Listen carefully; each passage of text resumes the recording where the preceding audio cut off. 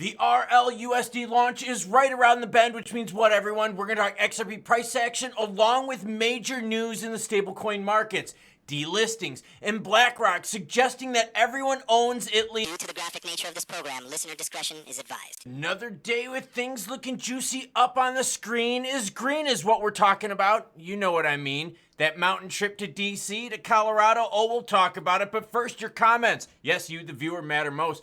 Super Street says, we go to Washington, D.C. to hike the mountains. How many of you go to Colorado, Washington, D.C., or California to hike the mountains? Comment down below. Xenotype 9 says, hey, Klaus, Mrs. Klaus better take good care of our Santa Claus as he brings us the good news, bad, and ugly to us all. Degenerates or not. Klaus delivers to us degens. Blessing, brother. Oh, yeah. No such thing as degens where I live because guess what? We're all in it for our own reasons and everyone's welcome. Cenobite Toast Crunch says, and look at the screen in the corner, coffee. Coffee now and stop the penis party. This penis party's got to go. Hey, hey, ho, ho. This penis party's got to go. Hey, hey, ho, ho. Yeah, buddy, you know the movie. Let's get into it. Bitcoin sitting at 101,547. While ETH is trying to get to 4,039.71. XRP, we're going to talk about a lot because there's big developments in the ecosystem. 242 is the price. Now look at SWI. Got a little quiet. Remember SWI made a move a few months ago, like really took off. Then it stalled a bit. Now Homegirl is back on it. Remember, before all of this happened, SWI was under $1 and now it's $4.69.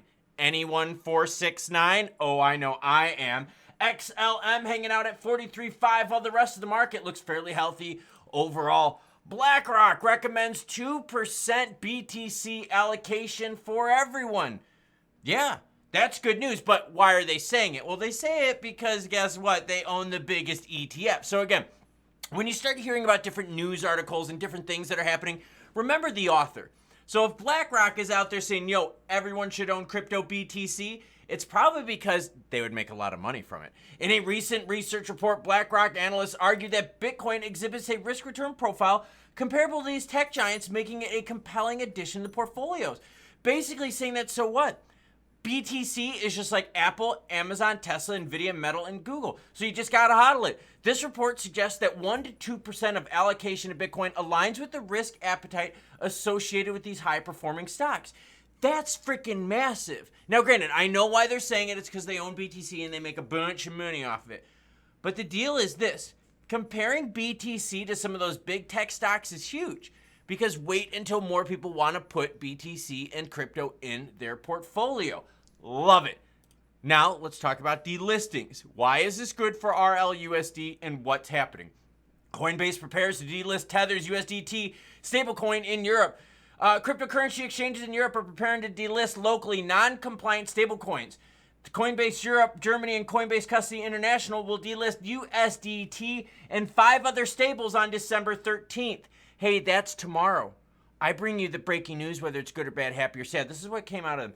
Based on the latest information, we currently expect we will have to restrict services for the following assets: USDT, PAX, PYUSD, GUSD, and GYEN, and DAI, Coinbase said.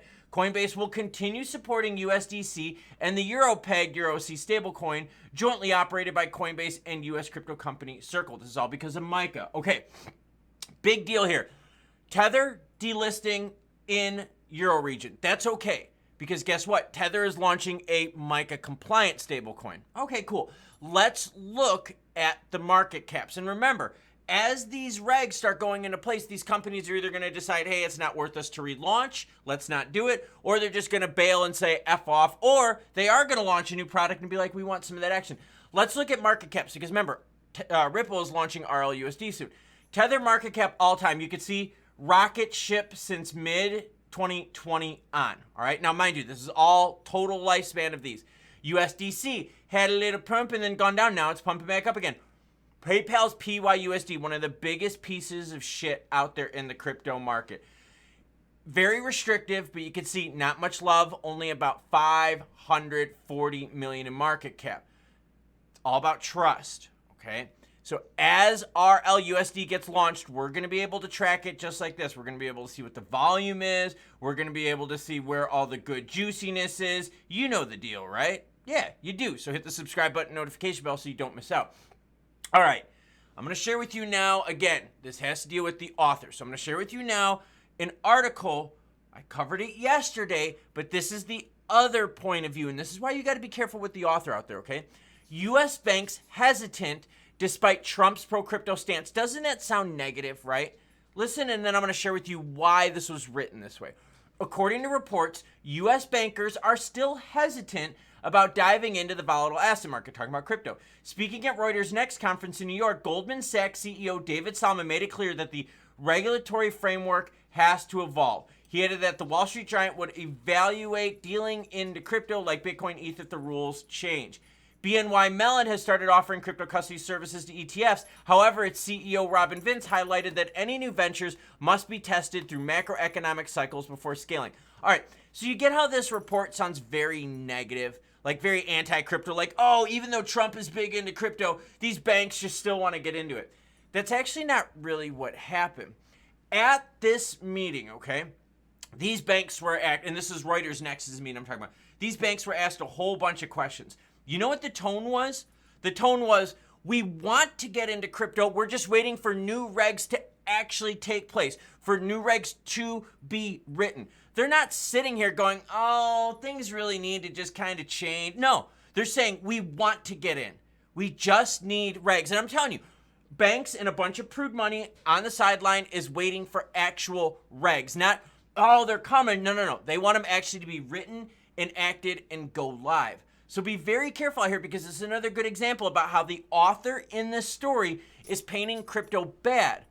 The reality is they omitted all the juicy stuff where all these banks are like, yeah, we're getting ready for it. We're just waiting for regs from the U.S. government. Now, RLUSD launch. We have heard tons and tons and tons of rumors regarding it. No official launch date. You want to know what's the best way to tell when RLUSD is going to be launched? Follow Ripple on Twitter. They will be the best and most up-to-date resource for you out there. Why am I bringing this up? Because I have already seen a whole bunch of misinformation out there, along with a bunch of fake RLUSD for sale out there. Remember, it's not for us. It's for institutions. Retail cannot buy RLUSD. So be very careful with misinformation and scams. Let's talk about XRP price, because a lot of us are sitting here going, yo, XRP price is really going to start doing something juicy when RLUSD launches. We talked yesterday about the testing of sub 2. Very healthy test. We got a big pumped us back up to 240. We've been holding that level since, and I'm very excited about that. Now, volume is coming down a lot, but that's okay because it's still higher than what it has been. Volume down 52%, sitting at 11.5 billion. Let's take a look at the candlesticks and see if anything pops out at us. We're going to zoom into the 15-minute on this action, and you can see, look at that support right around that 240 line. Ever since we pumped up, yep, we've been hanging on to it at 240. So now you have to ask yourselves, RLUSD launch is going to be happening any day now. How much more will XRP react to that news? And you know how I brought up Tether's USDT being kicked out of the Eurozone with MiCA regs? All right, what about RLUSD's launch? How is that going to do? Do you think RLUSD is going to have a market cap like Tether, USDC, PayPal, DAI? We're going to find out soon because we're going to track it. The good thing is, though, is we took a really big beating, right? Think about that. The 60 Minutes attack, the Biden dumping on BTC on Trump attack. We took all that within a 36-hour period. And yeah, don't get me wrong. It took us from 260, brought us to 190, but we're back up to 240. This is a lot stronger crypto market than years past, where before, in years past, if you would have seen stories about that, like the 60 Minutes thing and the whole BTC burning it on Trump thing, XRP would have really fallen through support and hit the ground. But it didn't. We picked it up at 190 on the dot and have been rebounding since to 240 plus levels. All right, so let's digest everything that's gone on here as of late and how it sets us up for the weekend. First things first, we had the attack, right? We just talked about that, and we fared well price-wise with that. We also had bad CPI data come in, and the market flinched for a split second, and then was like, nah, really don't care about that. It's minor compared to the good news that we have ahead. And that's the key. And that's why I brought up the article about Goldman Sachs being, like against crypto. Oh, they're waiting for this. They're skeptical, blah, blah, blah. No. They're basically saying, look, we want to get into crypto, But until the rules and regs officially changed, we don't want to take that risk. That's very different than how the article actually painted it. Well, I watched the whole Reuters Next thing, and trust me, the tone was very different from banks. Banks are very cautious. Banks, traditional finance, seriously, are some of the last players out there to move on new tech. Why? Because they don't want to get burned. So these banks are doing what a lot of other traditional money is doing. They're sitting on the sidelines waiting for the actual day that new regs take effect.